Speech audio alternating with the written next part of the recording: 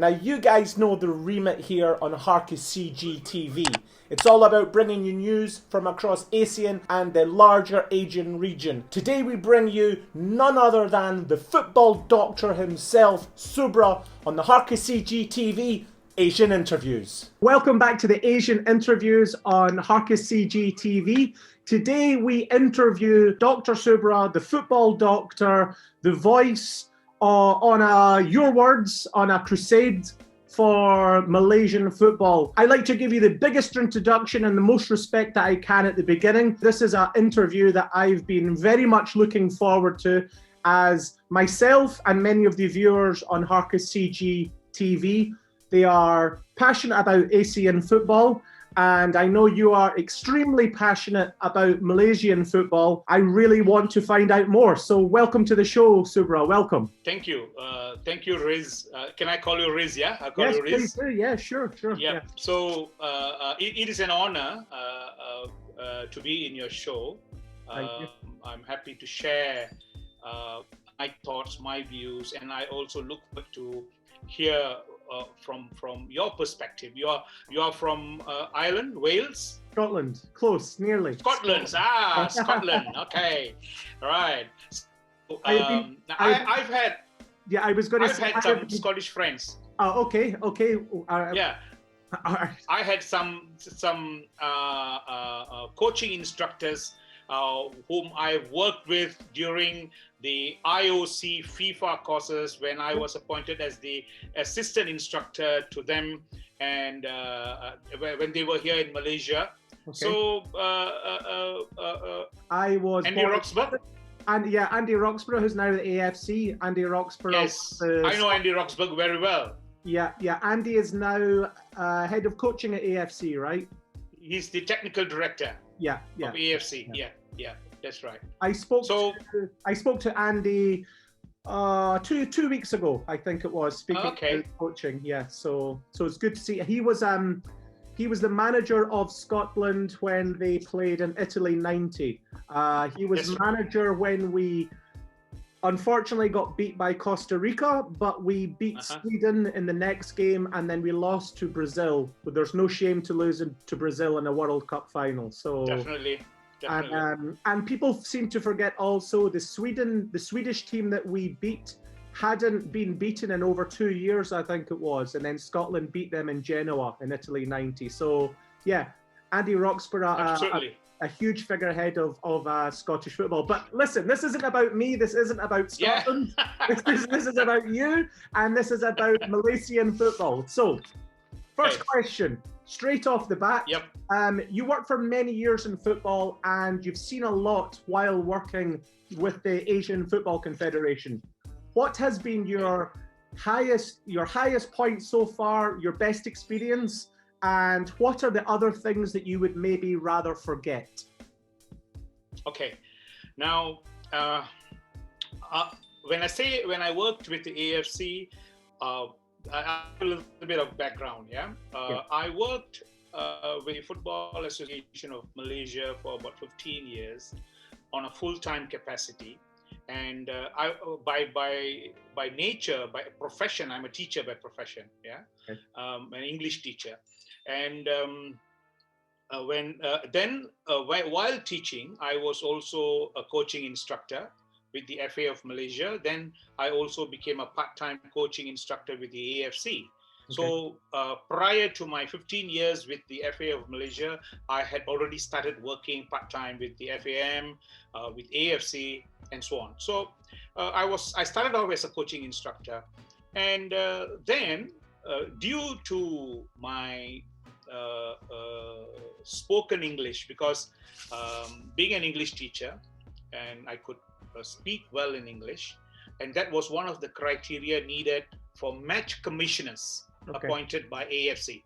Because all reports has to come in English and so on. So by virtue of that, and being involved with the FA of Malaysia, I was appointed as an AFC match commissioner way back in the year 2000. That took me to about almost all countries in Asia and football took me to about 66 countries throughout the world. Yeah. Now, once you become an AFC match commissioner, based on your performance, FIFA picks you up with the recommendation of AFC for the FIFA World Cup qualifiers, the Olympic qualifiers, all FIFA tournaments. Yeah. So I was a recipient of that. And then luckily for me, my first match, this is my highest point, being appointed on the first day when I got my letter from FIFA.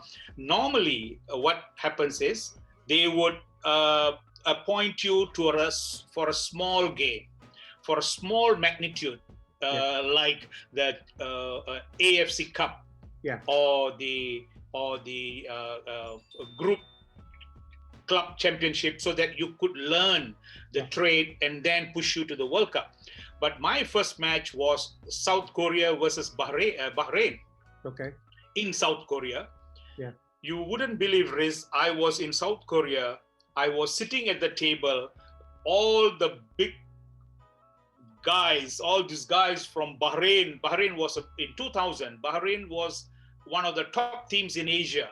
Yeah.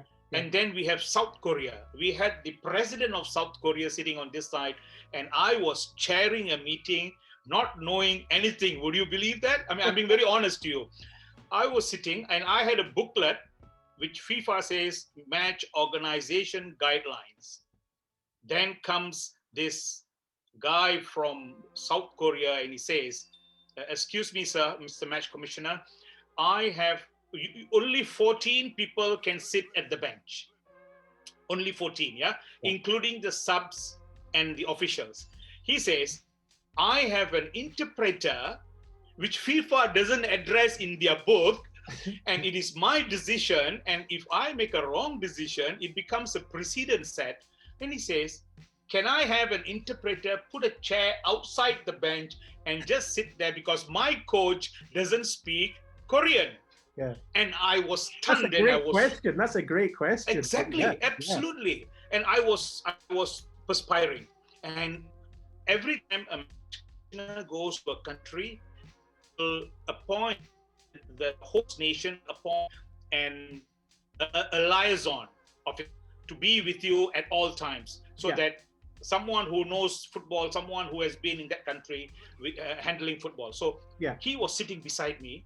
He just nudged me and he said, say, okay, it's okay. It's okay. I said, really? He said, yeah, okay. So I said, yeah, okay, done, but I need the name. Fine, done, finish. Yeah. But you said it very officially. Yes, I said it officially. I said, yeah, sure, no problem.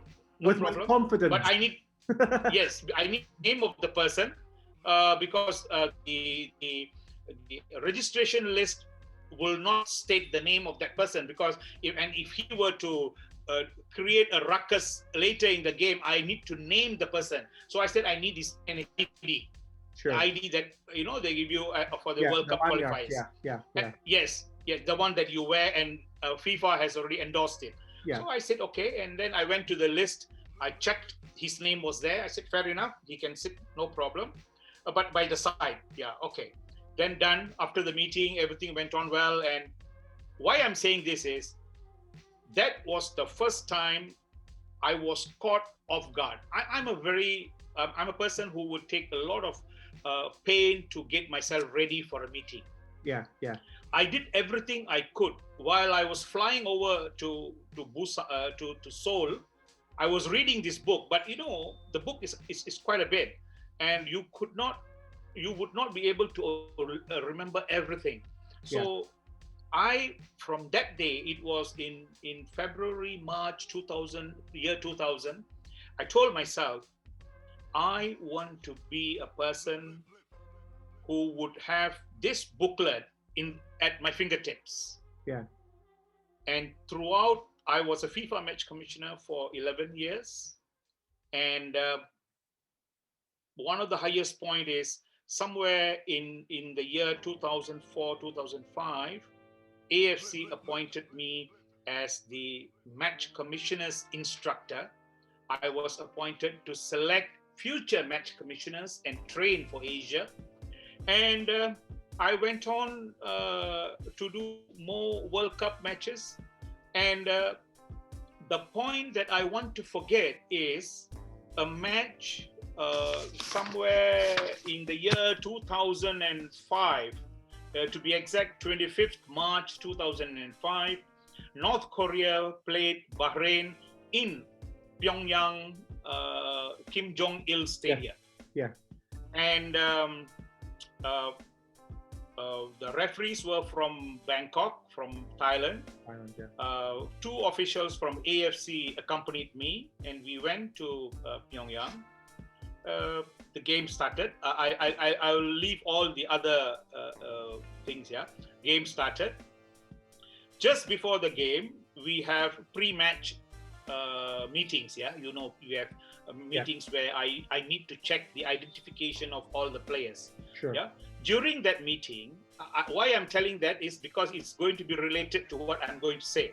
During that meeting, there was one player from North Korea who had a Japanese name,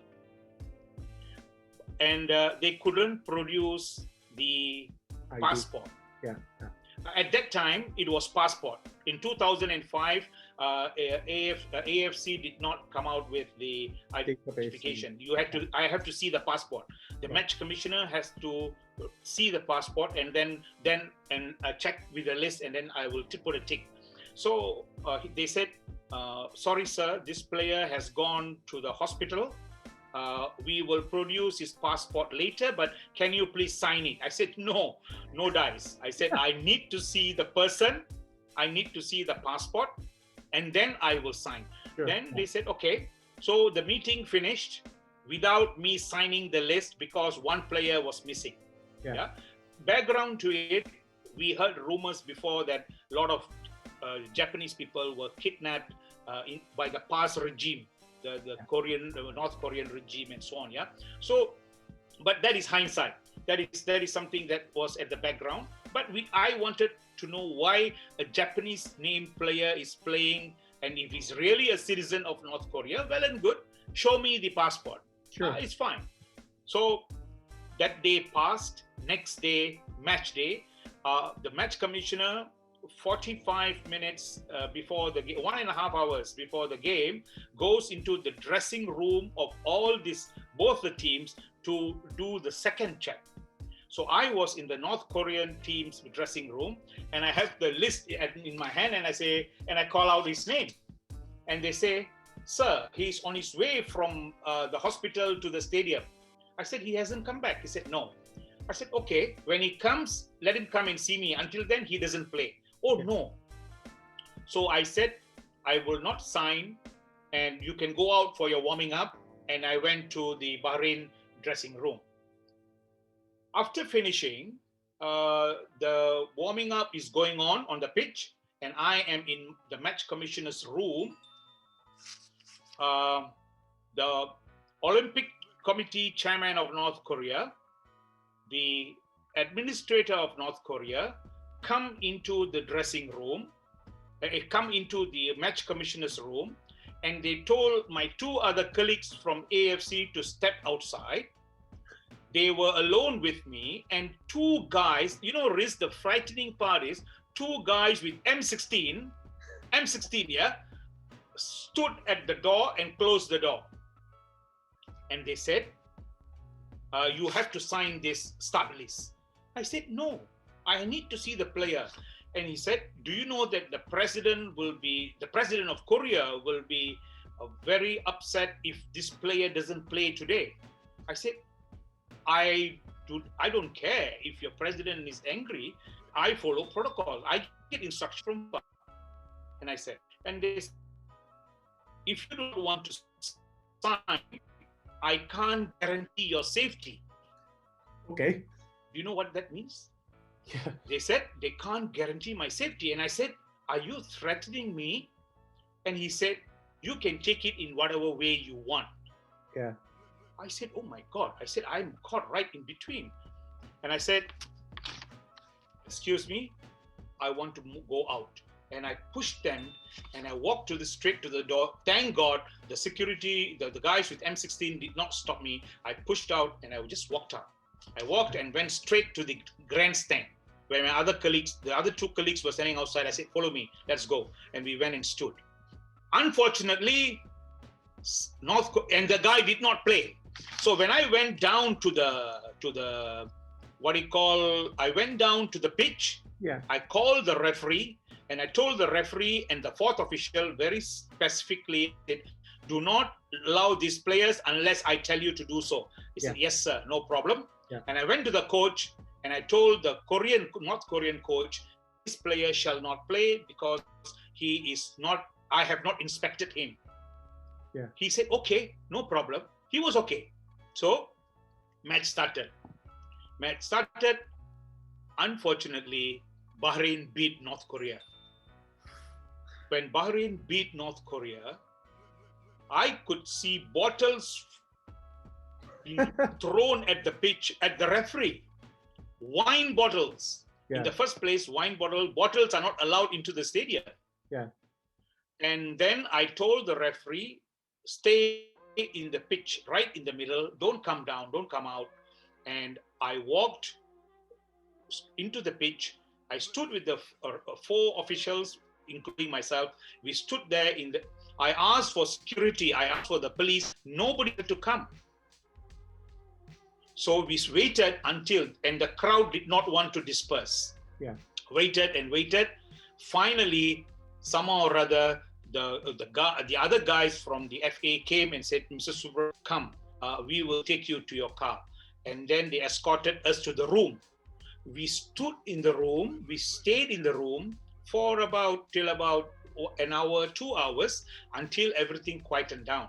Now, if you're familiar with the Kim Jong-il Stadium, you, from the place where they drop you, you got to walk up the stadium. Okay. And to enter that place is about half a mile to come to that spot. They told us, sorry, the car will not come. You got to walk.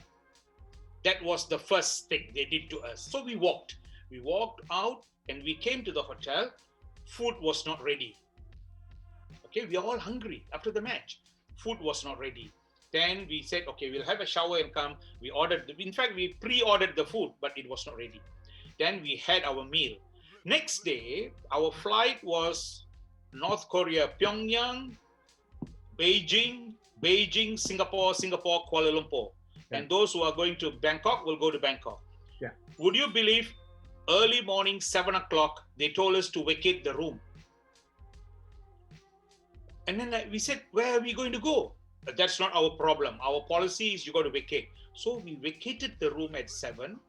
We went to the airport and they purposely, on purpose, they did a 200% check on our baggage.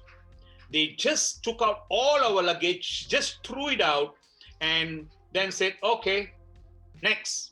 And I had a lot of, because when I used to travel, so I had a lot of foreign currencies. Yeah. They asked me, why are you having these foreign currencies? I said, I'm traveling. I'm going over to Singapore. From Singapore, I go to Malaysia. I need money. Yeah, sure. Why so much money? I said, no, it's only a couple of $100 US. And why are you asking me this? And I had an amulet. The Hindus carry some amulet, yeah? So it was given to me by a temple priest. So I used to keep it in my wallet. They took it out. I said, please don't touch it. I said, it's an amulet. So I showed the sign. I said, it's for prayer, and they just threw it. So I picked it up, I put back into my wallet and then repacked my bag. And all our handphones are kept at the airport when we arrived. You're not allowed to use your mobile phones So we produced our receipt. They just threw our phone. We picked up everything and we put it back and we went. But until we reached the holding room for our flight, we took Air Koryo. It is a 1950 warplane, which is their own until of their flight. While you're taking off, it was all shaking, Yes, exactly. Until we reached Beijing, then and only then we thought we were safe. And it's one incident I want to forget, but an experience I share with all footballing people, how and what can go wrong. Yeah. Then I wrote a lengthy report with photographs of broken bottles and all those things to FIFA. Now, this is the turning point. The next game for North Korea was against Japan in Pyongyang. Japan does not like to go to North Korea because they are very badly treated. Yeah. When I wrote, FIFA called me personally and they asked me, Mr. Subra, just to verify your report, was this all happening this way you wrote? I said, absolutely. Thank you, sir. Next decision taken by the FIFA Executive Committee, no match shall be held in Pyongyang for the next two matches. So the game between Japan and North Korea was played in Bangkok on a neutral ground. Yeah. Japan beat North Korea. And Japan, the General Secretary personally called me and said, thank you so much for doing us a favor. I said, it's not a favor, I just reported. But he said, if you didn't report, we would have been exposed to the same because they have to win against us. Yeah. And they will go to any extent to win. So thank God we played on a neutral ground and we won. Yeah. So it blew that was an incident. Face. Yeah. So it is a follow-up from that. It was a punishment by FIFA to North Korea. So that is an incident that I think I want to forget. Yeah. It's a good experience, but at the point of time when I was in the dressing room, in our match commissioner's room with those four people, it was life-threatening. Sure. It was even football. It can be life-threatening, in this kind of things. I think so that is something that I want to forget. I was going to say, ironically, I think the only time I've had an assault rifle pointed at me in Asia was actually at the checkpoint, the Malaysian checkpoint, going over the causeway on the Malaysian side. Really? Yeah, and the reason was they came chasing after me, sir, and poked me with the assault rifle in Malaysia. My. And the only reason was because the person at the desk had shouted for me to come back, and I didn't hear them because I put my headphones in and I walked away. But the reason I had to go back to the desk was on the stamp, they'd forgot to change, I think it was June to July or something. Yeah, they'd forgot to change it. And so they'd stamped the wrong month or the wrong year, whichever it was, because it changed from the end of the month to the start of the next month, but the person hadn't changed it. So they shouted, sir, come back. But as they shouted, I didn't hear. So the security thought, I'm just going to chase after this Westerner with an assault rifle at the causeway. Oh my God. That was a rather scary experience for someone going from Malaysia to Singapore. Yeah, it shouldn't happen in Malaysia. I mean, North Korea, I can understand, but it shouldn't happen here. I'm sorry about it. Yeah. It certainly woke me up. It woke me up. I'll tell you that right now, and maybe helped with my bowel movements as well. After that also. Of course. And the high point raised is, if I had existed as a match commissioner for 11 years, there was an incident. When I was appointed match commissioner, I was the director of grassroots and youth development in Malaysia. And there was a move by someone from the executive committee of the Football Association of Malaysia who said, why have someone from the youth and grassroots department doing a match commissioner's job? It should be somebody from the competition department. Okay, now, so they had a petition to the FA of Malaysia's secretariat to remove me as a match commissioner. Okay, now, I didn't know this, and my assistant general secretary went for a meeting somewhere around in 2004, 2005, and he came back and he said, Subra, he called me up to his office and he said, do you know that there is a petition to remove you? I said, who did it? He said, someone amongst us here.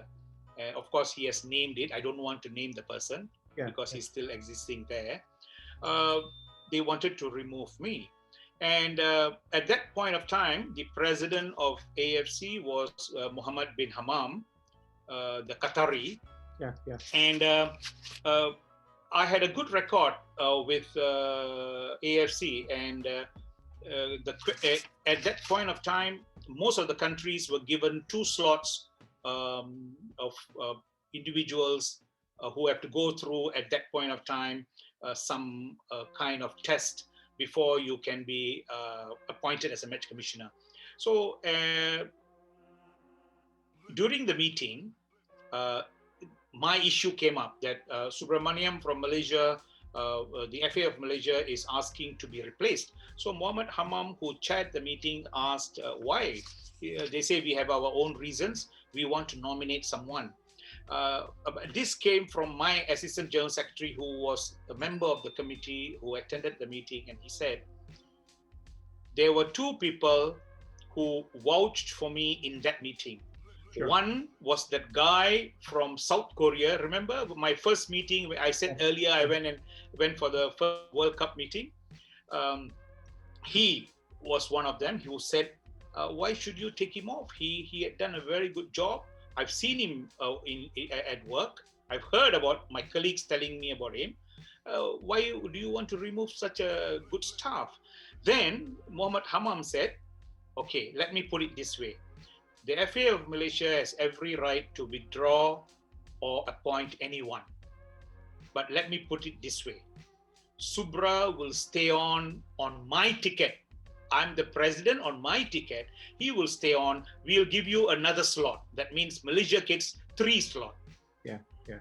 Unfortunately, the people they sent failed the exams and were rejected by AFC. And I kept on holding the post until I took an appointment to become the consultant of the Indonesian Professional League. And I was there for 3 years managing the league. And they told me that, Mr. Subra, you are a full-time consultant here. I don't think you can just leave 4 days and 5 days often. It wouldn't be right. So you got to choose. So I gave away. I told AFC, enough is enough. I've served you all for about 11 to 12 years as a match commissioner. Yeah. So I will take leave. So and I left. So that was something that I would be proud of. I will be happy. If that decision was not taken by Mohammed Hammam, I would not have gathered this much of experience going and managing high-level matches in various countries and so on. Yeah. So that was to answer your first question: the high and the low. Yeah. Okay, so moving on though, you have a website. You have your YouTube channel, The Football Doctor. So we're going to put the link down so people can click on that and also 100% get people to subscribe to that channel as well for lots of great Asian football content. But what was your idea for setting that up? What did you hope to achieve from setting up that channel? You see, Riz, I would say now I've been a player, I've been an administrator, a coach. I've played a role in every department in growing to become a footballing person. Yeah. And like I said, having traveled not only as a match commissioner but as a coach, educator.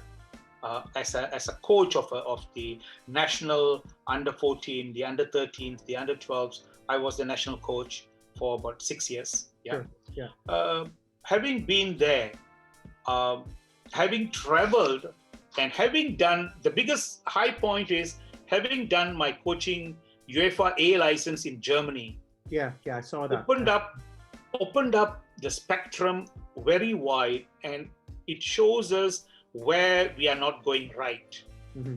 And Malaysia, sad to say, is riddled with lots and lots of politics,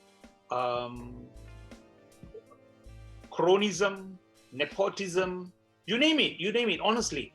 I like the cronyism. Yeah. It's like, I always tell everyone, it is like, Riz, you scratch my back and I scratch your back. So when they do that, my faults are swept under the carpet and your faults are swept under the carpet, because we reciprocate. Yeah. So I wanted a change, and I know that although I have contributed towards international and national football, sad to say that the National Association has not at any point of time come back to me and say, can you help us with this? I'm ever willing to help. If my services are needed in Indonesia and outside, I have even been to Australia. Yeah, and Indonesia needs help. Indonesia needs help. Yeah. Yeah, exactly. They are people with 60 million people. Football crazy. You can have Man United playing Liverpool in the tally. They are at the stadium. They don't care about the English Premier League. They are so passionate about their own football. So which is the way I love it. Which is the way I love it. Absolutely. As a Scotsman, the tourist league down in England is of no interest to me. So I love it. Yes. So I had 3 years of superb experience, and sadly, my own country doesn't want to use me because of I will tell you that they look at color, they look at race, they look at religion, and for them that comes first compared to sports. And I want to tell that put that aside. Race and religion is personal. Don't bring into sports. So I didn't know how else could I do this. So what I did, I thought, let me start a channel on my own. Let me educate. We do not even have a grassroots and youth coaching course. Would you believe? They just launched one. As I'm speaking to you, they just launched one. But it's only for coaches who are at the state and national level. But we need grassroots coaches in every nook and corner of the village and city and so on to coach. Yeah. The problem with Malaysian football is the people who at the grassroots are not, they do not bother about them. And you expect them to become great players one day without good structure. Am I right in saying that in Malaysia, compared to most of the other Southeast Asian countries, schools have the local teachers taking the football classes, whereas most other Southeast Asian countries have external agencies, soccer schools that come in to coach, but the teachers themselves had to coach in Malaysia. Is that correct? I'll put it this way. The Ministry of Education or teachers want to take ownership of football because football is very popular. They want to take ownership of football, and they insist on themselves coaching. But without, I don't mind. I have been a teacher. For 12 years I taught in schools. That's not wrong, provided you equip yourself well. 100%. Now, here the teachers are coaches, so-called coaches by hearsay. They know, they do not know what coaching is. They do it the way they have listened, they have heard, they have discussed with friends, and they coach. That's where the damage comes. So what we are trying to say is, while I was in the FA of Malaysia, we have organized with the help of Coca-Cola, we called the Coca-Cola coaching course for schools, for teachers. So every year, we have 14 states. We will combine them, use northern region, mid region, southern region, East Malaysia, and we'll conduct courses for teachers, very specifically for teachers. Then we found out that teachers are very good people, individuals on paper, on organizing, but the skills to demonstrate and skills to play lacks. Technical aspect. So then we went on. What we did, we brought in, if there are 25 participants in coaching course, we brought in 10 from outside who are former players and so on, so that they can assimilate, they can learn, they can mix. So there's a mixture, because most of the Malaysian football players are not university graduates. Yeah, they finish about 11, 12 years of school, and then they go on to football. Yeah. So they are not very highly educated in terms of organizing and so on. So we wanted the mix, and then we have organized as such. So all that died off now. The Ministry of Education organizes its own football competitions. The FA of Malaysia doesn't organize any grassroots and youth competitions. Sadly, Malaysia is the only country we have got a program called NFDP, which is the National Football Development Plan, which runs concurrently parallel to the FA of Malaysia. My question is, why would the government run a program called the National Football Development Program, when what they should have done is call the Football Association of Malaysia, sit on the table and say, these are the funds I have. Now I want you to do it in such a way that it should benefit all. You can use our mechanism. You can use our schools, you can use our teachers, you can use this, and go ahead. This is what we used to do in the past. The question again arises, football is not the only sport in Malaysia. We have two world-class sports. We have Nicole David, who is a 8 times world squash champion. We have badminton, which all the while Lee Yong Wei and so on was world champion. So why do you have to put a lot of money into football, which hasn't even reached Asian level?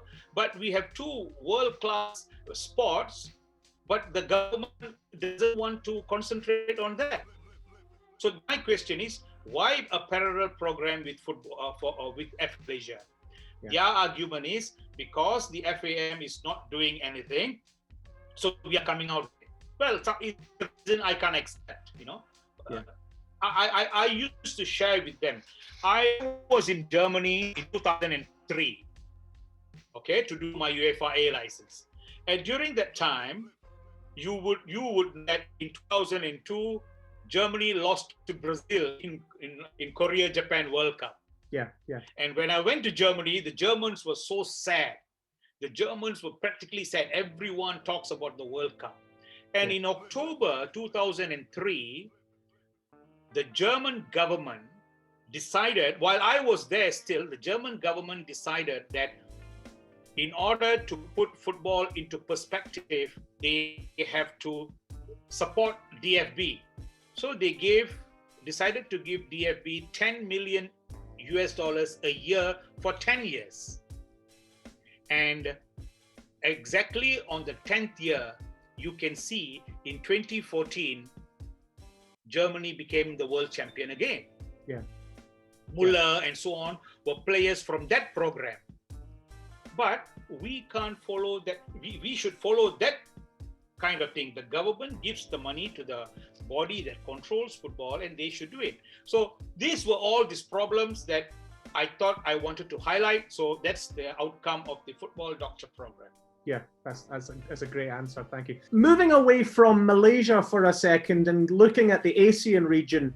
Now, obviously, don't let these young looks fool you. I'm 46 years old, nearly 50, and I've enjoyed many Suzuki Cups in my time. But I would be really interested to know, in your time of watching different ASEAN kings, how would you rate the current Vietnamese team? There are two ways of looking at it. One, either the Vietnamese team has risen up to a certain level better than the others, or the others have stopped moving forward. There are two ways.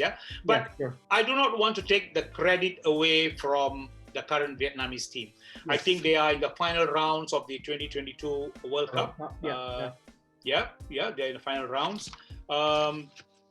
Well, from the Malaysian perspective, we would like Vietnam to qualify so that I can use that as a reason to scrutinize Sure.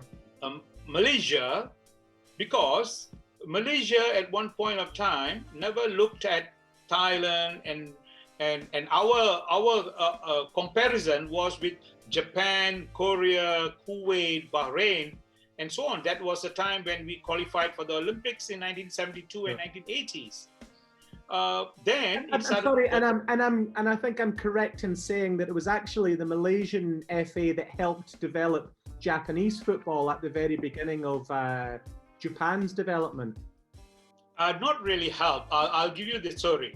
Now, Malaysia started semi-professional in 1984.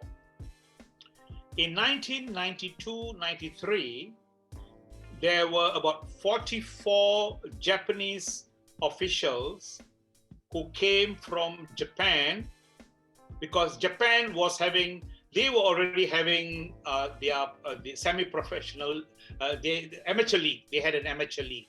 Yeah. Japan decided in 1992-93 to do away with the amateur and semi-professional and to go full professional. At that point of time, Malaysia was one of the top teams in Asia, okay, especially Southeast Asia. Although Malaysian football in terms of team and achievement is not good, but Malaysia had world-class administrators. Yeah. We had Dato' Peter Velapan, a Malaysian, was the former AFC General Secretary.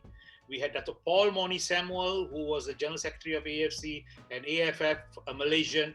Now we have currently Winsor Paul, who is a Malaysian, who is the AFC General Secretary. So Malaysia had a lot of good administrators. Mm-hmm. So Japan turned to Malaysia. They sent these 44 officials to come and study Malaysian semi-professional league. Malaysian league turned professional in 1996 after Japan. Yeah, full professional. Japan went back and they threw away some that was not applicable to the Japanese way of doing it, and they took the gist of it. They took it and they created the professional league, and they missed the 1994 World Cup, but 1998 onwards, they have been continuously qualifying for the World Cup. Sure. Yeah. So, but I think I'll come to that later about Malaysia has got an F30 called a 12-year program. I'll talk about it later. Yeah. Okay. So that interesting. So I think it's Vietnam. This Vietnamese team has got a chance. You know, there's no other Southeast Asian team so far which has qualified for the World Cup. Yeah. Except in 1938. In 1938, there was the Dutch East Indies. Yeah. During the time of the Dutch, they qualified for the 1938 World Cup. Yeah, but it was made up of on the screen. I'll stick a picture of that on the screen. It was the Indonesian Dutch team, right? Yes, absolutely. Yeah, absolutely. Yeah. So I think Vietnam has got this PVF football training centers now. Yeah. Yes, it's recently changed hands, so I don't want to say too much on that on my because this is your interview, not mine. I have my own opinion on what's going on there. Okay. So yeah, fine. I do not know about this center. I've just read about them. I've not seen it myself. It's a fantastic I think facility. The current coach is a Korean. Am I correct? Park Sung-yu. Yeah. Okay. Yeah. And there is also another group of people called Vision Asia or Asia Vision or something like that, who are, I think, one of the former Manchester United player is the ambassador. Yes, Ryan Giggs and Scholes work. Ryan Giggs, yeah. But Ryan Giggs, for separate reasons, is not at the PVF, and I'm not sure when Scholes has visited there or if he has visited recently. I know that there's some changeover at the PVF as well. At some stage I might make a video about it, but the water is still rather cloudy on that one, shall we say? So okay. But Okay. yes, there is a lot of development also with Wohonyalai as well, and other academies, proper full-scale academies opening up. But yeah, I would, as I said, I would say. I was going to say, this isn't my interview, this is yours, so I don't want to say too much. Okay. Now, to answer your question in a nutshell, I see this team closest to achieving what it could achieve by qualifying. Just qualifying would be fine, because nearest the team that would come nearest to this is the 2001 Thai and Malaysian team, which played in the Suzuki Cup, which Malaysia won. Yeah, but this team is far. This current team is far better. Now, having been to Vietnam several times, many times as a match commissioner, I was there in My Dinh Stadium. I could see one thing missing in Malaysia, I would say, is the passion Vietnamese people have for football. That's interesting. Yeah, when Vietnam played against, I do not know who they played, I don't remember, but the people came in droves to the stadium, and they were there. Malaysia could play a team in Bukit Jalil, which is close to 100,000 capacity stadium. You will hardly find 25,000-30,000 people, and the stadium will be empty. Maybe My Dinh Stadium is a small stadium, so little people could be seen as a full stadium, whereas 100,000 stadium could be seen as empty because it is 100,000 capacity and we can't feel it. But a lot of Malaysians have lost faith in our football team. That's a shame. So that is something that I used to see in Thailand, Vietnam, and Indonesia. The passionate crowd. I do not know whether it has changed now in Vietnam. I've not been there for some time, but I know that it will never change in Indonesia because they are a different creed of people. I think you have, in Vietnam, you have a select few teams that have very passionate fans.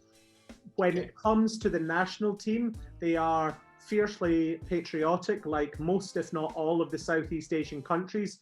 So their nationalism and their pride of their country, it doesn't matter if it's table tennis or football or anything, you know, they come out in their droves, but they are massively they are massively football crazy. So watching it's funny if you speak to Vietnamese people and you say, other than the national team, what football team do you support? And they say the under-23s. And if you say, okay, other than the Vietnamese under-23s and the Vietnamese national team, who else do you support? And they'll say the Vietnamese women's team, because they just love football and they're fiercely patriotic. So yeah, I think, but it's strange hearing you say that, because as an outsider to Malaysia, I watched the Malaysian Cup final recently with such a huge support for both teams.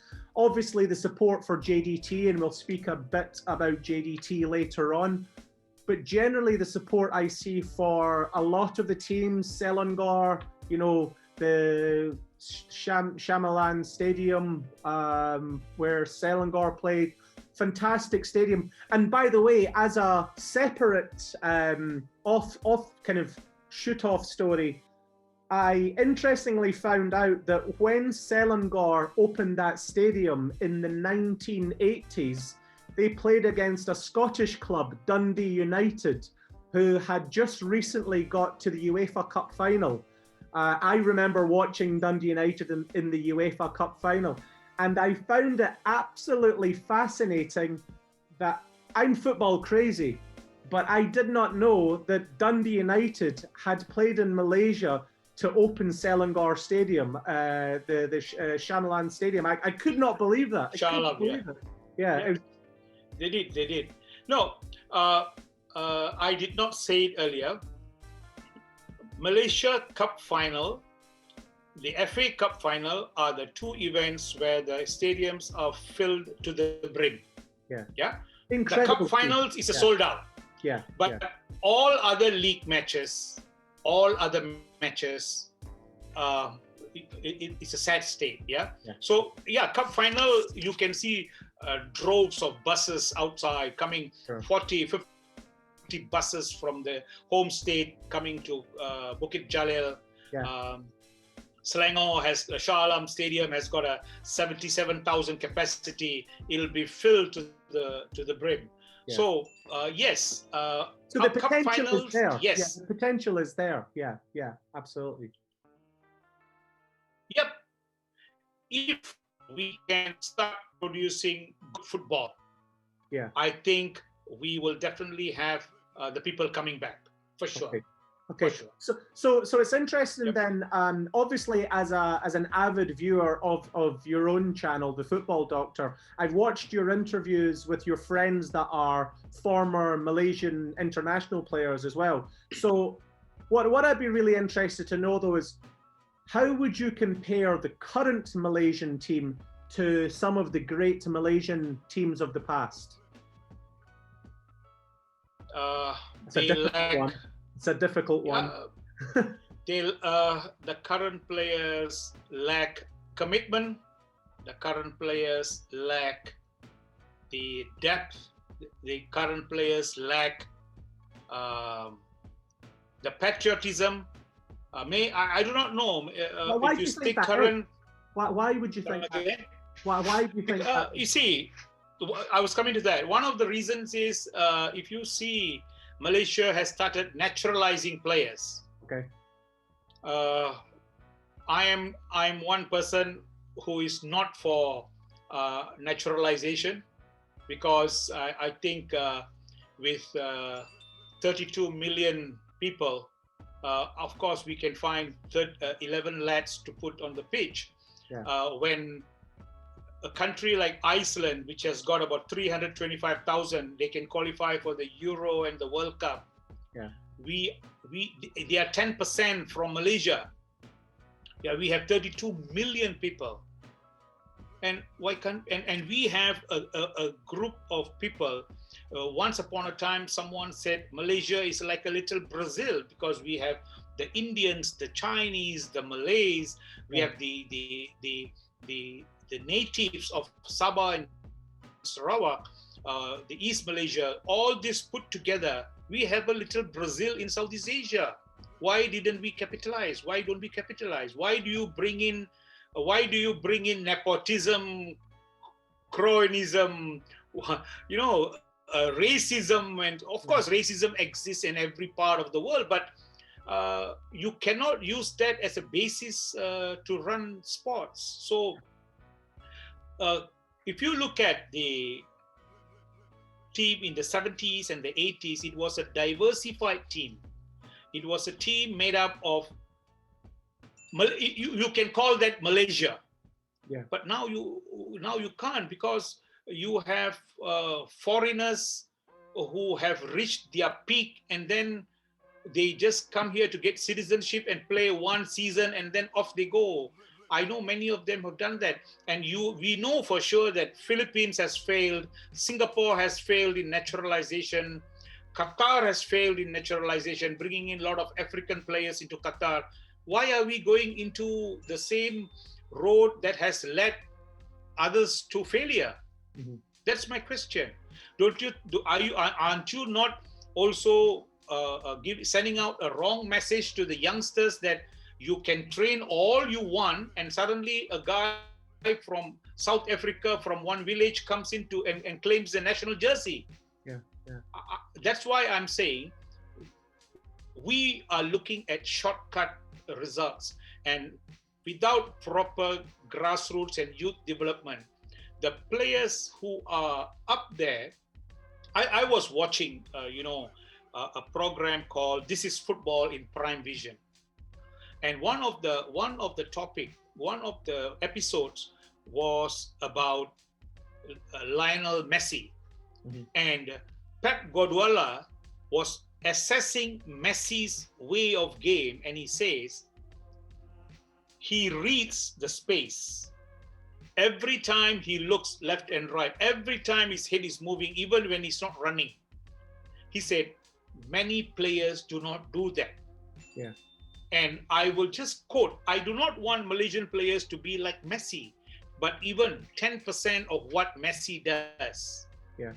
Yeah, Messi was he was not a strong player. He had a lot of abnormalities when he came as a 12-year-old boy to La Masia. Yes. Yeah, yeah, exactly. Yeah. Exactly. He doesn't have the height, and he has a player now, has the pace, the technique, the intelligence, which I think Rio Ferdinand said, I tried to move him, but I couldn't move because he moves under me and he just moves with the ball. You know, when England played Argentina. So sad to say. So we cannot say that we don't have the size. Yeah. Size doesn't matter. Maradona was short. Kevin Keegan is short. Yeah. Messi is short. The Spanish European Cup winning team, the Spanish World Cup winning team, all under 5'6", I think it was 5'7". Exactly. Yeah. Absolutely.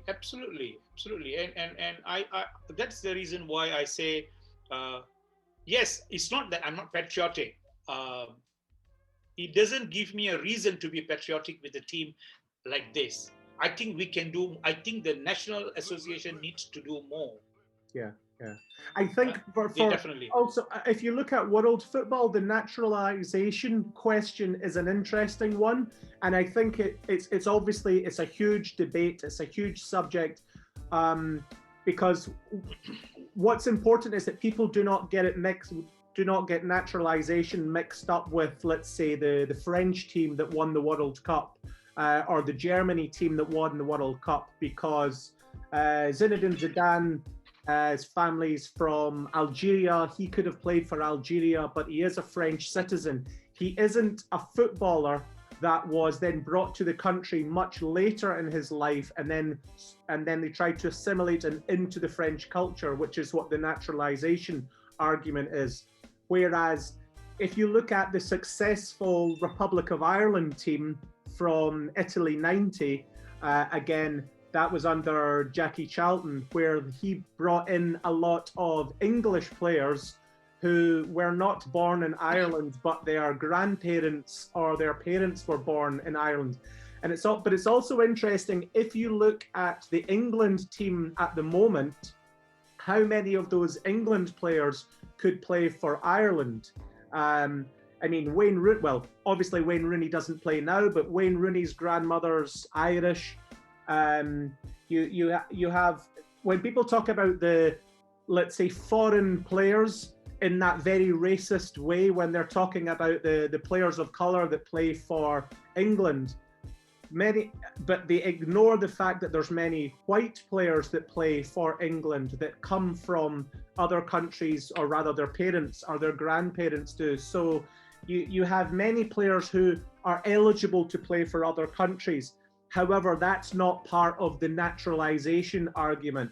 And I think the problem is that in my opinion, a lot of people do not want to have the conversation about whether naturalization is correct or not, because they do not want it to come across as if it's racist, while they're not understanding there's completely different arguments. If you look at Meta Ozil, who could easily not be playing for Germany, but he's lived in Germany for such a long time, and it's a completely different argument. But yeah, I think that people never want to have that naturalization argument, unless of course you're talking about table tennis in Singapore, then that's not a problem. Bring in as many Chinese table tennis players to come to Singapore, and they're more than happy.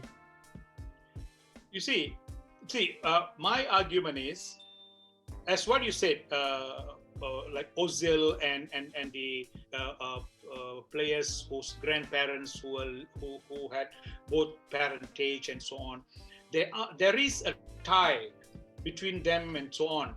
Yeah. For them to play for that current country, that is fine. That's okay. But Malaysia, what they are doing is just to qualify, you just pick up someone who is a stranger, total stranger, and you just bring them for the purpose of playing football. That's wrong. Yeah. You know, Malaysia brought in a person by the name of Yu Fang. She is a walker. She is an excellent world-class walker with China. Yeah. Then they brought her and gave her citizenship, and she took part in a couple of walking competitions, never won a medal, and just lost it. So what I'm trying to say is, do you have faith in your 32 million people that you have? We have many descent people with my grandparents are from my great grandparents are from Sri Lanka. Okay, my wife's grandparents are from India. That's where our roots were, but we have landed here. Many Malaysians, the Malaysian Malays are Indonesians. Mixture of Turkish blood and so on. So that is fine. That is totally fine. I'm okay with it.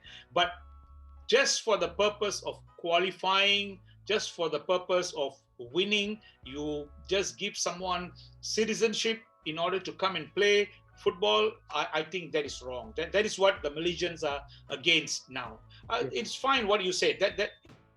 I'm not against it.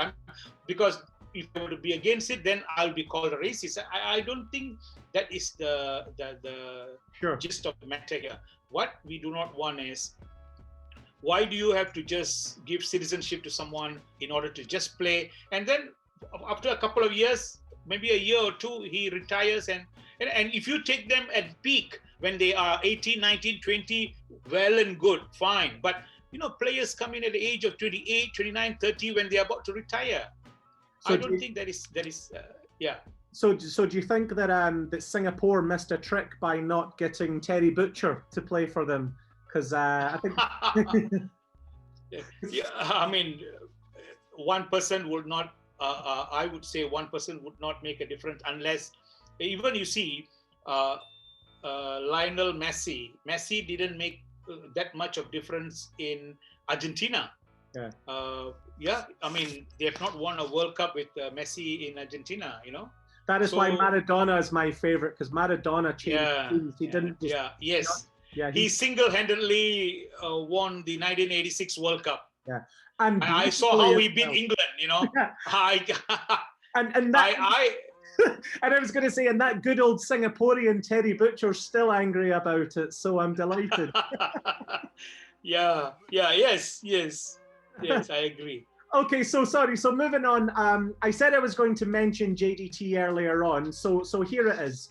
Okay.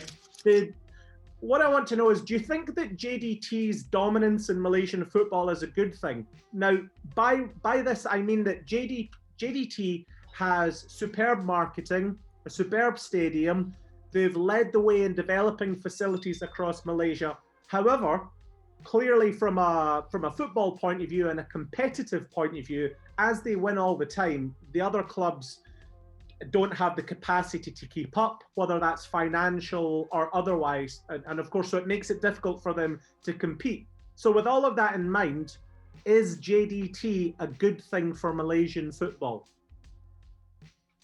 Definitely, Iris. I would say they have, with all those things going on at the background, one question which I would ask anyone who tells me about JDT, it is surrounded by one person, the Crown Prince. He is the mover of the team, and I think without him, JDT will collapse. So I take off my hat to him for being a passionate avid football fan, and he has done superbly for JDT. Now, TMJ has been really something incredible. Yes, he has been the driving force. Now, having said that, we need JDT to set the path, to set a trailblazer kind of thing, you know. Sadly, if you look at the teams, Now, Pahang is helmed by a prince. Mhm. Selangor is helmed by a prince. Yeah, the Sultan of Selangor's son is the president of Selangor Football Association, Sure. FAS. Yeah. So is the current king. His brother is the president of the Pahang Football Association. So they too can do what TMJ has done in Johor. Okay. Now, a lot of things can be done when they are involved, because we can go across borders to, in a sense, that inverted commas, to get things done. Because if you rely on the municipality and so on the government, it will not move. That is one. Yeah. On the other hand, if you were to look, for many years now, Malaysian football has been helmed by politicians. Yeah. Okay. Now, some football associations, or rather we call state, because we have 14 states, that was the old way of looking at football in Malaysia before club licensing came. Sure. Now, it is stated in their constitution that the chief minister of the state shall become the president of the association for some of them. Yeah. Now, most of it has been changed. Now, whenever there is a chief minister, or the Menteri Besar, we call it in Malay, is the president of the FA, he sets aside lots of perks and benefits for football. Now, my question is, for many years, let's look at Selangor, which has become a Malaysia Cup champion for about 32 times. They are one of the most looked at team in the country at one point of time before JDT emerged. Yeah. They do not have their own stadium. The Shah Alam Stadium doesn't belong to the FA. It belongs to the state government. Sure. So when the opposition took over the Malaysian in the Malaysian election, when the opposition took over the Selangor state government at one point of time, and the FA was being run by the old people from the old government, the chief minister refused to allow them to use Shah Alam Stadium. Okay. Because the stadium belonged to the state. The state, yeah, sure. So you see, that's what my point is. So you have been in existence for so long, you do not have real estate. You do not have your own clubhouse. You do not have your own stadium. You are pushed around from one pitch to another when you want to train. Your training pitches don't have toilets. It's public training pitch. I mean, this doesn't reflect professionalism. Sure. That's why I say JDT has set this thing straight for all to follow. But sure, sadly, everybody wants to win. Everybody wants to share the limelight, but they do not want to do hard work. None of the stadiums in Malaysia, except for a few, belong to the clubs. Yeah. That's a sad case. Yeah. The first thing you ask for a club is, for me, is the pitch. I want to look at the pitch. And if the pitch is bad, or if I have to share the pitch, then I can't assure the quality of the pitch. Because if they send me to pitch A or B, and if somebody else is training, I am the state squad, I'm the state team, the team in the state, but I got to wait for somebody else to move out after training for me to move in. It is not at my disposal to use the pitch as and when I want. Sure, sure. So this is sad. So yeah, JDT definitely has set a level which they should follow. Sadly, on the other side, JDT is not getting the opposition or the competition that it needs to push it higher. Yeah, yeah. Yes, absolutely. So that's why they bankroll everyone. They just beat everyone, and by the time they go to the AFC Cup or the Champions League, they are playing against Gamba, Osaka, Korean, and so on, Korean, which are so Korean, high level. Japanese. So so Malaysian FA has to raise the standard of teams to that level so that when our teams go out, it's well respected. Like Buriram, you know, if you were to play against Buriram of Thailand, is one of they have got everything like JDT. Wonderful stadium, wonderful. Absolutely, absolutely.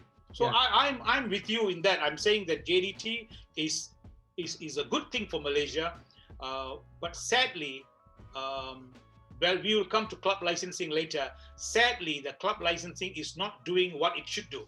Yeah, so that's interesting because a lot of the questions that I had running up to the club licensing question, we've already kind of pretty much covered. So what I really want to do is then jump into the club licensing, because recently the club licensing had changed from the AFC.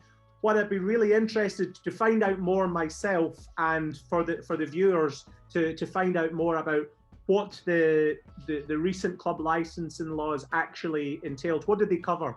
Can you explain a bit more to us, please? Okay, when club licensing started with 5 criteria. It was like infrastructure.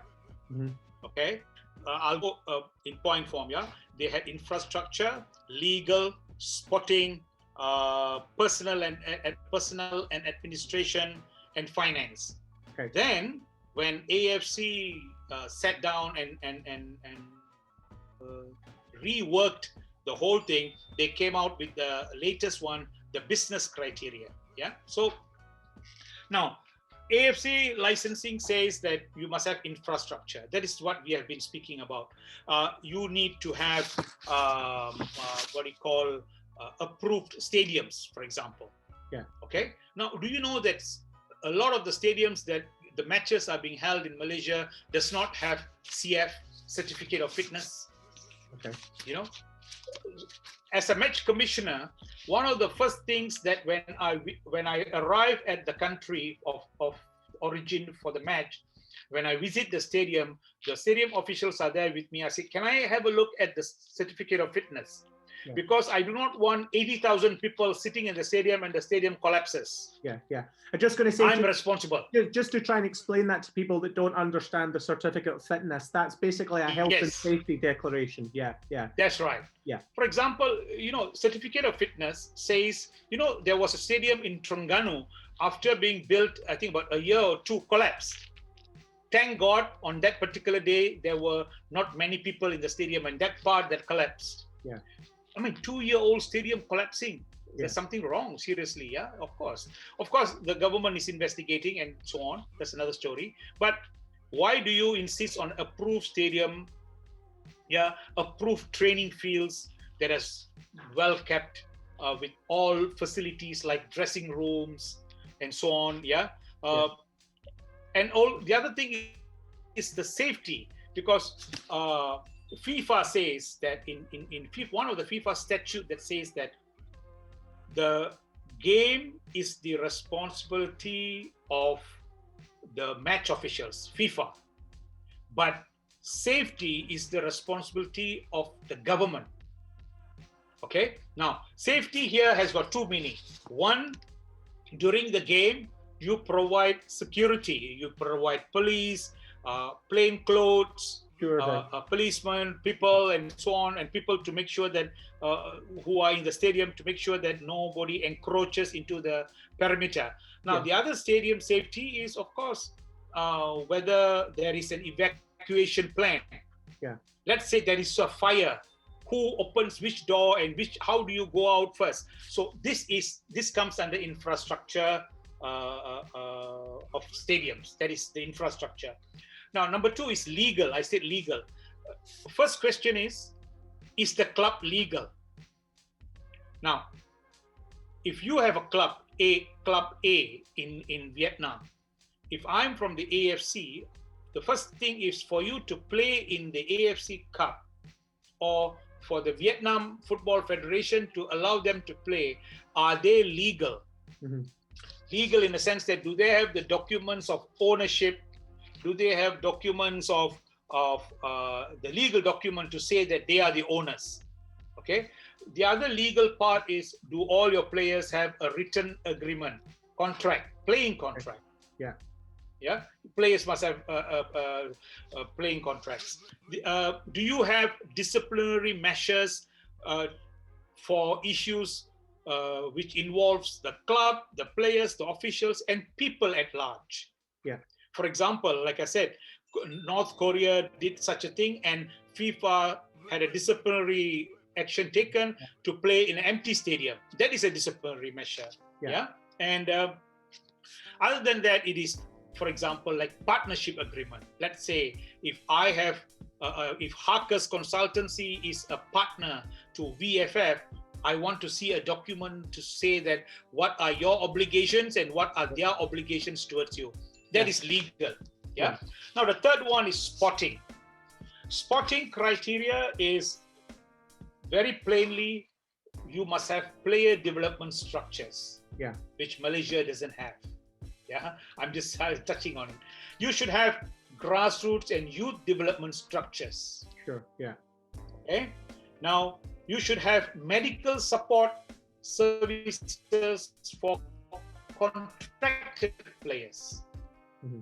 For Many clubs do this in Malaysia. Yeah. They should have for contracted players, because if they're amateur players, they can go to a private clinic or doctor and so on. But contracted players are your staff, so you should provide them medical services. So what happens is, many a time, the Malaysian teams, clubs, I would say, will employ a doctor on a part-time basis. He comes for matches, appears there as a doctor, and then he goes back. My question is, a player who is injured has to go to the hospital, wait for treatment. That's the way it should be done. For spotting, you should have your own facility to treat the player, and a doctor should be at present, in presence, and there should be a physiotherapist, and so on. So this is basically what we talk about spotting, including CSR programs. Corporate social responsibility programs. That covers almost on spotting. The next one is personnel and administration. Personnel and administration is basically you should have a club office. If I want to visit you, I'll visit you in your club office. That means there is an office, secretariat. Sure. Okay. There should be a general secretary. There should be a finance officer. There should be a equipment manager. There should be a finance manager. There should be a technical director. There should be a head coach. All of these people are contracted. Either they are permanent staff or they are contracted staff. It doesn't matter, but there must be some employment criteria set forth based on the country's labor law. It should be set. There should be a media officer. You know, so a lot of clubs do not have a media officer. The media officer is the window to the world outside.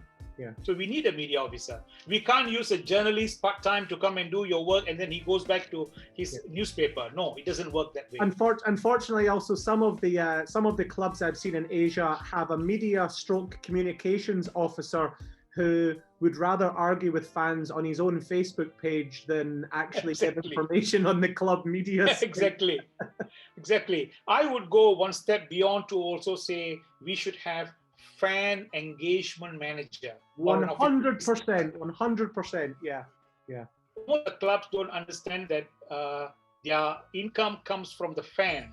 You know, sponsors look at fans. If you have full fans and they are willing to come and spend their money, it's a win-win situation and so on. So, but what do we do to engage with the fans? How do you know the demographic of the fans? You do not know who comes, whether blue collar, white collar, what is the pay scale level, how much do they spend on this, does your F&B give you? No, these are things, and this needs research. Yes. So we need people. We need people like that. I'm a big fan of if you have a non-exec voted by the fans to sit on the board. Many clubs in Scotland, Hibernian, for example, they vote every year for a non-exec, and that's usually voted by all the supporters clubs. and this person sits on the board as a representative of the fans. So he's a direct, or she's a direct communication to the fans, to the club. It's a perfect model, and I don't understand why other clubs don't do that, because it stops a lot of argument, and it creates a better togetherness.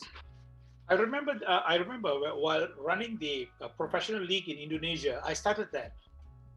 I made sure that all the professional clubs playing in our league, because the crowd support was so good, that we wanted them to have a staff appointed, and I wanted to see the development, so reports to be sent to us and so on. It just is to just develop their fan relationship basis.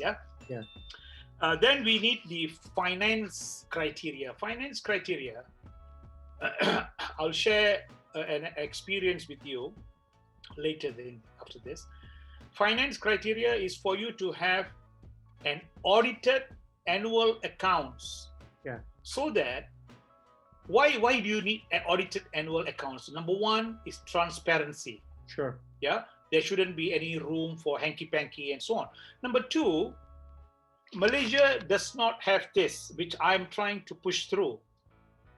You should have audited accounts, you should have real estate, so that you make your club saleable to potential people who would like to invest into the club.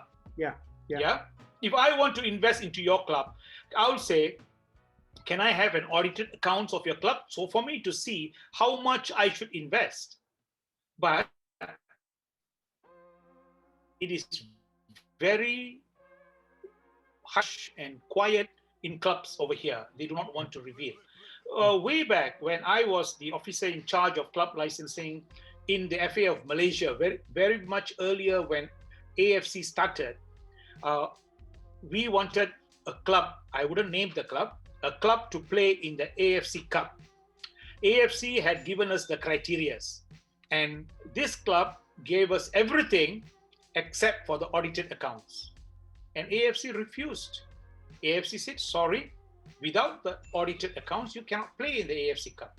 And they couldn't give, the excuse being, we are new management, so the last management didn't give it to us.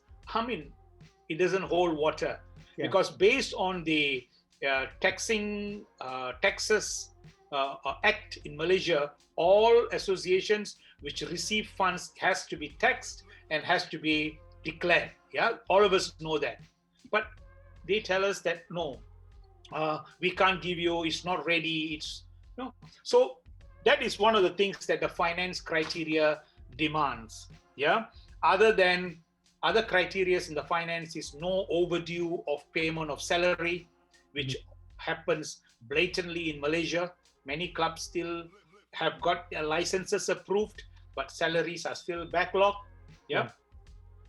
And they also include future financial plans, so that you can invite investors and so on. And then AFC added a new one when football went into a different dimension, that you should also have a business plan now. That means you got to give us a projection of your business plan. Where is your money coming in? How much is going in for this, and where are you going to spend, and how are you going to look at future plans? If you have a 3-year contract with Dunhill, that gives you 30 million a year. For 3 years, 90 million. And then where are you going to spend, and how are you going to invest? So this is to encourage investors to come in and make it a business. This is very good, because sadly, Malaysia is not looking at football from the business perspective yet, except for a few. JDT is one of them. Some clubs do not have a marketing officer. They expect football to be marketed on its own. You do not do that. You have to market it. You have to find means and ways to market. Just because football is a popular game, you just don't allow it. You capitalize on it. So that is the reason why, remember, I sent you a mail, I sent you a note that I've started a program in the university. That's right. This is to teach the next generation of people to look at football or soccer from a business perspective. Yeah. There's so many, in North America, sports is 79 billion in 2019. It is equivalent to the GDP of Maldives, Sri Lanka, and so on. So sports has got that magnitude. Yeah. Football has got that magnitude. When Cristiano Ronaldo moved to Juventus, they just made, by selling their jerseys, 271 million was made on the first, even before he kicked the ball. Yeah, by just moving him. That is image, and that is business, that is marketing. Yeah. But we are not doing that. Malaysia is not doing that. And if they were to do that, if the clubs are performing well, on par with JDT or better than JDT, I think Malaysian football will improve. Without doing that, I don't think Malaysian football or any other Asian club, a Southeast Asian club, because I think Japan is doing right. And Korea. Korea is doing right. Iran is doing it okay, but Southeast Asia is still lagging behind. So these are the 6 criteria in club licensing. And it's interesting though, because you've went through these 6 criteria. They all make sense, but it's not just that. It's the fact that everything that you've said makes 100% sense. Everyone that I speak to speaks passionately and understands how Southeast Asian football collectively, what it needs to do to move forward. What's the most, I don't know, what's the most infuriating or confusing thing for myself is it seems that everybody knows what's wrong, because every country in Southeast Asia has some things they're better at, some things they're not so great at, some things that are a problem, some things that are a challenge, some things that are a priority. But everyone seems to know the things they need to do to better it. But very seldom do you see these things changing. And it really confuses me. It confuses me. And it confuses me that it's similar across so many different countries as well. And if everybody can see it, then I don't really see how it doesn't change. I think this is very You look like I've just depressed you with that question. You look really depressed. It's a good question, because this is what I have been banking on in my arguments and so on. You see, when all of us know what is wrong, we write it very well. When we document it very well. Some of us more than others. Some of us better than others. Yes, we document it into a 200, 300 page book. But we do not know how to implement it. And the most important part is the human connection. You do not want, if you can't do it, you get the right people to do it. But because football is the played game in this region or all over the world, it's still the #1 played game in population, people hold on to that power. Football dwells a lot of power. Once someone told me that Sepp Blatter, the former president, was more powerful than the president of America. Because he controls over hundreds over nations. I personally have traveled on a FIFA ticket, and you are treated like a king. You are treated like a VVVIP. You sit with prime ministers, you sit with princes, and you sit with kings and so on. When you go into a stadium, it's almost as good as getting interviewed on harcuscg TV. So it's almost as good as being interviewed. So you see, coming back to the gist of it, it dwells, it brings a lot of power in that position. So what happens is, I do not want to bring someone who is equal or better than me. This is the mentality that has to change. Yeah, it's also the. I would say. Yeah, I was going to say, and with that as well, if you take egos and power and you mix that with the Asian mentality of losing face, then that's when you start to have a large problem. Absolutely, absolutely. See, what I would do is I would surround myself with the best people in the industry so that they will make me look good. Absolutely, yeah. But that's not how. Yeah, and that's not how these people think. They think that these good people will eventually overtake them. Yeah.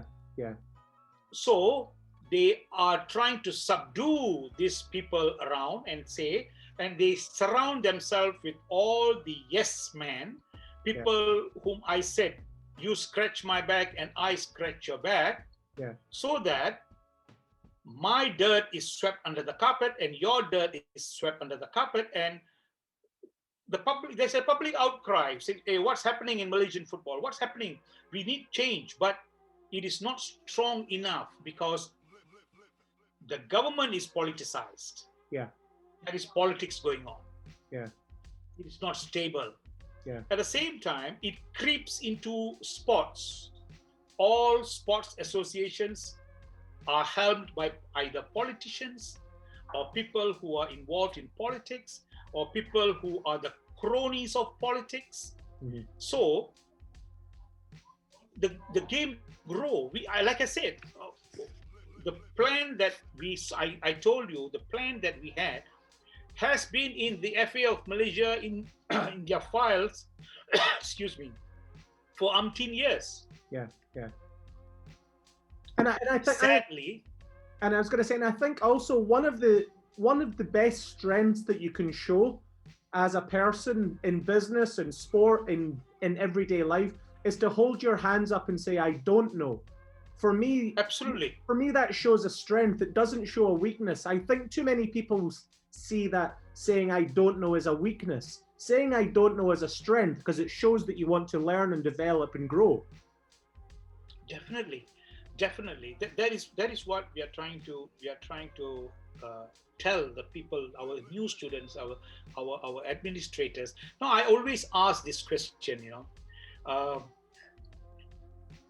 from the Malaysian context, I ask this. I say, in order to, football is a profession now. Football brings in billions and billions of dollars to be managed.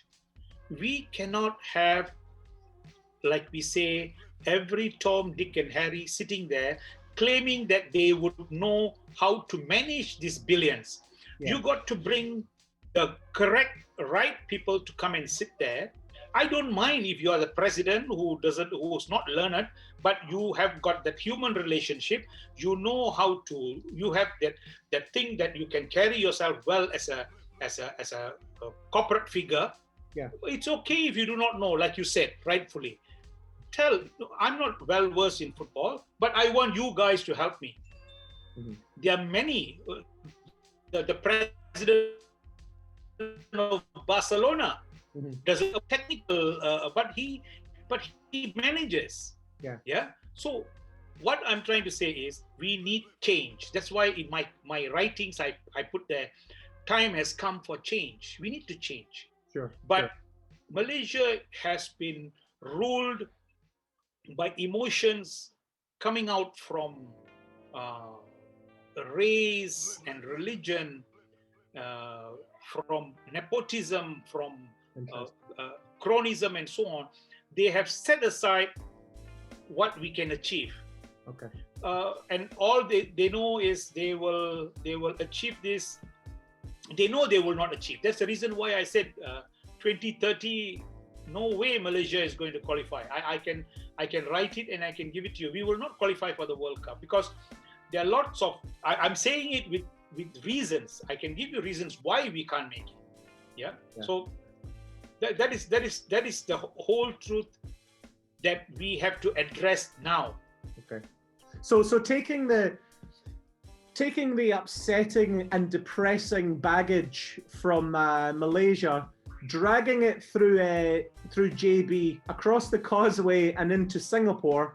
My next question is, what do you think are the reasons for the decline in Singaporean football?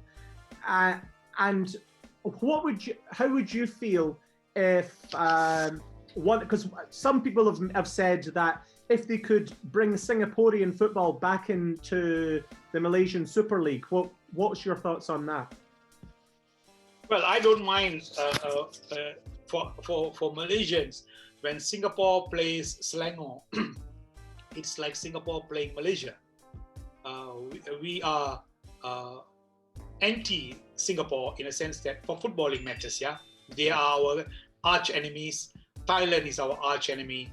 Not so much Vietnam because they are further away, but because ties are very close. Singaporeans more still because Singapore broke away from Malaysia in early 50s. Yeah, 53 years, 50. Yeah. 54 years. 67. Yeah. It was the 54th anniversary a few years ago. Yeah. That's right. So basically, we are the rivals. So it will be good for Malaysian football. It will be also good for Singaporean football. I think Singapore football went down because it is too small for them to have that competition in Singapore. But having said that, Singapore has produced some great players. Fandi Ahmad, Fandi was who played for Groningen and so on, who was a great player. Surya Murthy and so on. So they have good players, but they don't have an avenue to play top class football because it is just among themselves, like what's happening in Malaysia now. So interestingly, interestingly, that kind of touches on the next question, because Singapore does have some good players currently at the moment, which kind of is a nice kind of segue into what's your views on Singaporean national service and how it affects footballers. For obvious reasons, a certain player signing for an English Premiership club, and people seem to forget Ben Davis at Fulham as well. So, what's your thoughts on national service and football? Well, national service is a government policy. If it says yes, it hinders the development of a player right during his prime years. There should be a way where that person can come back or do service in some other way, because it goes across the board to say that you got to serve everybody. If anyone is exempted, then fine. But if there's no one who's exempted, then I think it is a rule that everyone has to follow. And I read somewhere that a player was given a contract in Wolves. That's right. Was it Wolves? So it is sad that they didn't want to. If the player has already left, then you can't do much. But I don't think he can return to Singapore because he'll be arrested upon arrival. There's a discussion of whether his family had tried or applied to renounce his citizenship before he signed the contract. And to be honest, I don't know enough about it to give fair comment on it. But my leanings are always towards the youth player and towards the development of a footballer. And I think the development of sports and football. But that's because football is my first love. Like I said, the player, the only problem he has is he can't denounce his citizenship, Singaporean citizenship. Such a shame. Sad that he has a bright future in the foreign club, and you should be proud that one of your players is being drafted into a great club in the UK. So yes, but they say it's law, and if you could find anywhere along the line, if they could have any leeway for the player to move on, I think it should. They shouldn't hold his citizenship because he didn't serve this national service. Okay. Yeah? Yeah. He's not asking to come back and work in Singapore. He's asking to leave. Yeah. You should just let him go. But yeah, and then well, they have their. And then also represent your country and possibly help your country win glory by winning trophies. The guy's got a talent. Let the guy represent his country with his talent. You know, maybe his talent. He has a better talent shooting a ball into a goal than shooting a bullet out of a gun. Yeah, for me, it makes no sense. But Yeah. that's not my my call to make, and I'm not in a position to have. I'm with you in that. I totally agree. Yeah. Okay. So moving swiftly forward. Yep. Agreed. We're going to do this area here is the quick fire round. So you have 2 seconds to think of your answer. So you need to give your answer quickly and truthfully, and you can't go back on your answer. Okay. So Dr. Subra, are you ready? Yep. Okay. So first one, Prata or Nasi Goreng? Prata. Prata, good answer. Who will win the next Suzuki Cup? Vietnam. Oh, Real Madrid or Barcelona? Barca. Nature or nurture? Nurture. Good one. Malaysian Super League or English Premiership? I'll definitely go for the English Premier League. Oh, no, you were doing so well. No, honestly, I don't have anything to look forward to other than analyzing the matches of the Malaysian Premier League race. There's nothing much to look at. Maybe JDT when they play, you can see some good football. Other than that, I think it's all rubbish. Yeah. Okay, I love the honesty. Okay. Sorry to say. So that's great, and that takes me into my very last question. So before I ask the last question, thank you very much for your time today. It's been absolutely brilliant speaking to you, and a great insight into Malaysian football and your knowledge across the whole of Asia. The last question, if you could click your fingers and change something in football anywhere in the world, in that very second, it would change. What would you want to change? The way, I think humanity, the way we look at football, we always have to look at it from the human perspective here. Football is a beautiful game. It is we humans who have made it into what it is today. Yeah. When football started, it was a beautiful game, and it still is a beautiful game. Yeah. And I think I am not in so much for like the VAR system where you stop the game and then you go to the camera, you check.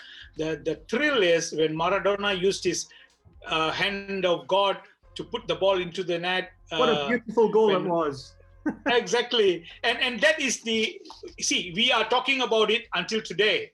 Yeah. That is the thrill football gives us. My mother still has the bruise on her head for jumping up and banging her head off the roof, celebrating when Argentina scored, when Maradona scored that goal.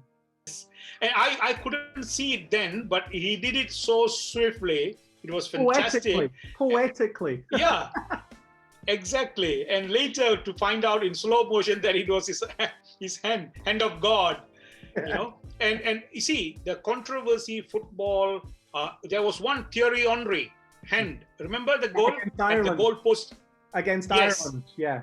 Yes. So football has got a lot of controversies that we talk about, and that is the beauty about the game. And if we bring it a lot of technology and so on, stop the game, and then penalty, no penalty. It's too robotic. It makes it too exactly. Yeah. So I would say let the game be as it is. Okay, excellent. That's a superb answer, and it gives us an excellent ending to our interview with Dr. Subra, the football doctor, on the Asian interviews on Harcus Consultancy Group. Thank you very much for your time today. Thanks for being on the show. Thank you, Riz. Thank you for your time. It was great talking to you.